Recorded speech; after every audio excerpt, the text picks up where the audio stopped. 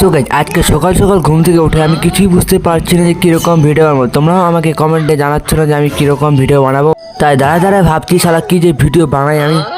So guys আজকে মনে হয় অনেক বৃষ্টি আসবে, আর দেখতেই পাচ্ছ কিরকম হাওয়া করছে। শালা বাড়িতে থাকলে এত কাজ করতে হয় যে সেইটা বড় প্রশ্ন নয়। বড় প্রশ্নের উত্তর হলো যে কাজ না করলে খাবো কি, কাজ তো করতেই হবে। তাই আমি আমার ঘোড়া দুটোকে দুটো খেতে দিলাম, দুটো গড়ের হাঁটি। এই দুটো গড়ের হাঁটি খেয়ে প্রায় 1 কিলোমিটার দৌড়াবে। এই ভাই তুই কোথায় যাচ্ছিস? আমি তোদেরকে এখানে খেতে দিচ্ছি আর তুই বাইরে কোথায় যাচ্ছিস ঘুরতে?